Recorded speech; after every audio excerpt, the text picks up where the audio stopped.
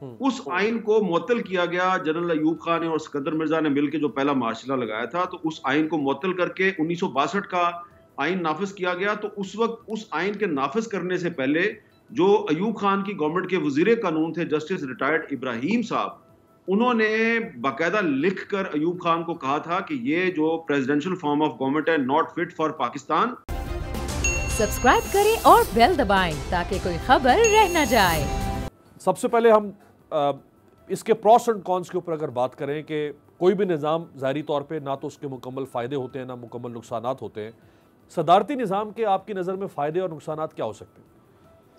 دیکھیے, صدارتی نظام ہو یا پارلیمنٹری نظام ہو, دونوں جمہوری نظام ہیں, یہ ہمیں یاد رکھنا چاہیے. جہاں پر ہمارے ہاں تھوڑی بہت حجت پیدا ہوتی ہے اور کہیں نہ کہیں پہ یہ شورش اٹھتی ہے کچھ دنوں کے بعد, اس کی بنیاد اور اس کا تعلق ہمارے اپنے تجربے میں مارشل لا حکومتوں کے ساتھ ہے, جہاں پر کہ 4 مرتبہ ہمارے ہاں صدور قائم رہے.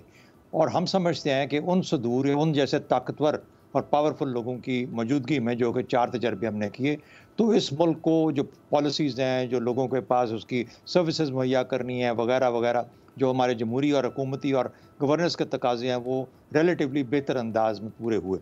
ہم یہ بھول جاتے ہیں کہ وہ جو صدور تھے ان کا تعلق مارشل لائی گورنمنٹوں کے ساتھ تھا.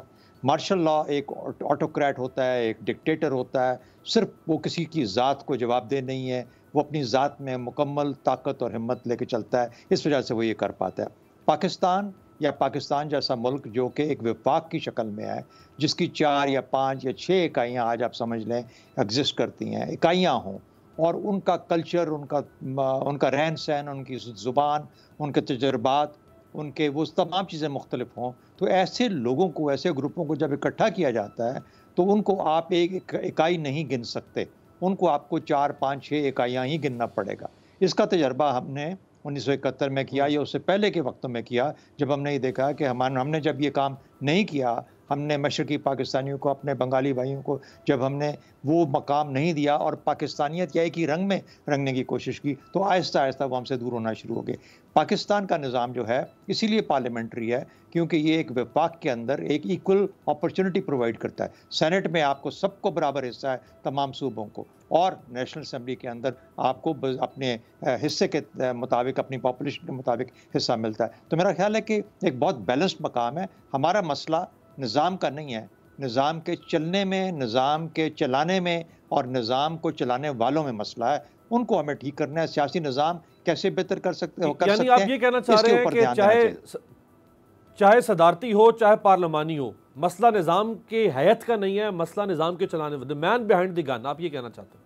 ایگزیکٹلی. اور یہ بھی یاد رکھیں کہ جب ہم امریکہ کی مثال لیتے ہیں تو امریکہ کا صدر جتنا وہ کمزور ہے اور نہتا ہے اور پیرالائزڈ ہے 2-3 چیزوں کے آگے. آپ نے بہت مرتبہ سنا ہم نے پچھلے 15 20 25 سالوں میں کہ حکومت بند ہوگی امریکہ کی. اگر اتنا طاقتور ہوتا تو اپنی حکومت بند کیوں ہونے دیتا؟ کانگریس کا چیک, پھر جوڈیشری, یہ ٹرائیکاٹمی آف پاور جو ہے, یہ کسی بھی نظام کے لیے ایک بیلنس کی حیثیت رکھتا ہے. اور جہاں پر اتنی اسٹرانگ کانگریس ہو کہ آپ کا بجٹ ہی پاس نہیں ہوتا اور وہاں پہ آپ حکومت آپ کی بند ہو جاتی ہے, تو صدارتی نظام بھی اپاہج ہو جاتے ہیں. تو میرا خیال ہے نظام سے تعلق نہیں ہے, اس کا تعلق ڈیلیوری سے ہے. اور یہ جو شورش یا شوشہ چھوڑا جاتا ہے, یہ میرا خیال ہے کہیں نہ کہیں سے کوئی بنیاد بنتی ہے خام خواہ میں کچھ لوگوں کے دماغوں میں. جب حالات کمزور ہوتے ہیں, ایک پولیٹیکل گورنمنٹ بہت اچھا ڈیلیور کر رہی ہو, سوال ہی پیدا نہیں ہوتا جو ہے پارلیمنٹری نظام کے اندر کہ اس کے اندر کبھی اس قسم کی بات ہو جائے. حامد میر صاحب, آپ ان چند صحافیوں میں سے ہیں جو تاریخ کا بھی گہرا مطالعہ رکھتے ہیں. تو میرے سامنے ایک آرٹیکل ہے, ڈاکٹر عطاء الرحمان صاحب پاکستان کے معروف سائنسدان بھی ہیں, سابق چیئرمین رہ چکے ہیں AGC کے. وہ اپنے سیاسی نظاموں سے متعلق ایک آرٹیکل میں لکھتے ہیں کہ قائد اعظم محمد علی جناح کے ہاتھ سے تحریر کردہ ایک نوٹ ہے جس میں صدارتی نظام حکومت کو قائد اعظم نے پاکستان کے لیے پسند فرمایا تھا. اور وہ کہتے ہیں کہ قائد اعظم کو اس بات کا بخوبی اندازہ تھا کہ جاگیردار اپنے ذاتی مفادات کے حصول کے لیے حکومت کو کمزور کرنے کی کوشش کریں گے. یہی وجہ ہے کہ انہوں نے 24 اپریل 1943 میں مسلم لیگ کے اجلاس سے خطاب کے دوران کہا تھا کہ میں جاگیرداروں اور سرمایہ داروں کو خبردار کرنا چاہتا ہوں جو کہ ہماری دولت کے بل پر ایک ایسے نظام کے تحت پروان چڑھے ہیں جو کہ دھوکے اور ظلم پر مبنی ہے, لہٰذا ان سے کوئی مذاکرات نہیں ہو سکتے. تو قائد اعظم کا کوئی ہے ایسا حوالہ حامد میر صاحب جو صدارتی نظام سے متعلق؟ دیکھیں ڈاکٹر عطاء رحمان صاحب نے یہ جو آرٹیکل ہے یہ جنگ اخبار میں لکھا تھا اور جب آرٹیکل لکھا تھا تو اس کے بعد میں نے بھی اس کا جواب دیا تھا، لیکن میرے جواب کو چھوڑ دیں، میرے سے زیادہ مسترد محقق اور تحریک پاکستان کے پہ بہت سی کتابیں لکھنے والے ڈاکٹر صفدر محمود صاحب جو ہیں انہوں نے اس کا جواب دیا تھا۔ عطاء رحمان صاحب کا دعویٰ تھا کہ یہ قائد اعظم کی ڈائری کا کوئی ورک ہے، تو ڈاکٹر صفدر محمود صاحب نے ان کو چیلنج کیا کہ قائد اعظم نے کبھی ڈائری نہیں لکھی تھی۔ پھر انہوں نے ڈاکٹر صفدر محمود صاحب جو ہیں انہوں نے جو قائد اعظم پیپرز ہیں جو بھی ہمارے کیبنٹ ڈویژن میں محفوظ ہیں وہاں پہ جا کے بھی انہوں نے ریسرچ کی اور انہوں نے کہا کہ یہ صرف کوئی نوٹس ہو سکتے ہیں، لیکن یہ قائد اعظم نے اس میں کہیں پر بھی اس نوٹ میں پریزیڈنشل فارم آف گورنمنٹ کو سپورٹ نہیں کیا۔ دیکھیں امیر عباس صاحب، یہ جو ہم قائد اعظم کو بیچ میں لے آتے ہیں نا، تو قائد اعظم نے تو اور بھی بہت سی باتیں کہی ہیں، اس پہ کون سی بات پہ عمل درآمد ہوتا ہے؟ لیکن یہ ایک عجیب و غریب سی بات ہے کہ ڈاکٹر عطاء رحمان صاحب جو ہیں وہ سائنس کے استاد ہیں اور ان کی فیلڈ کچھ اور ہے، لیکن وہ presidential form of government Pakistan میں نافذ کرنا چاہتے ہیں۔ تو یہ صرف ڈاکٹر صفدر محمود صاحب نے نہیں، اور بھی جو تحریک پاکستان کے محققین ہیں انہوں نے عطاء رحمان صاحب کے اس دعوے کو مسترد کر دیا ہے۔ اب آپ آ جائیں، اس کو ہم ایک ایکڈیمک پوائنٹ آف ویو سے دیکھتے ہیں اس ساری ڈیبیٹ کو۔ دیکھیں اس میں تو کوئی شک نہیں ہے کہ پریزیڈنشل فارم آف گورنمنٹ بھی ڈیموکریٹک ہے اور پارلیمنٹری فارم آف گورنمنٹ بھی ڈیموکریٹک ہے، لیکن سوال یہ ہے کہ کیا دنیا میں کوئی ایسی مثال موجود ہے کہ کسی ملک میں پہلے پارلیمنٹری فارم آف گورنمنٹ تھی اور وہ سوئچ کر کے پریزیڈنشل فارم آف گورنمنٹ پہ چلے گئے؟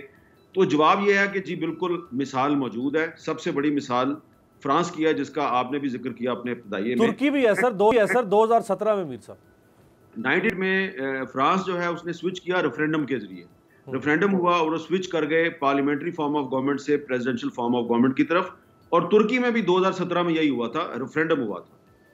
اب سوال یہ پیدا ہوتا ہے کہ پاکستان میں اس کی ضرورت کیوں محسوس کی گئی؟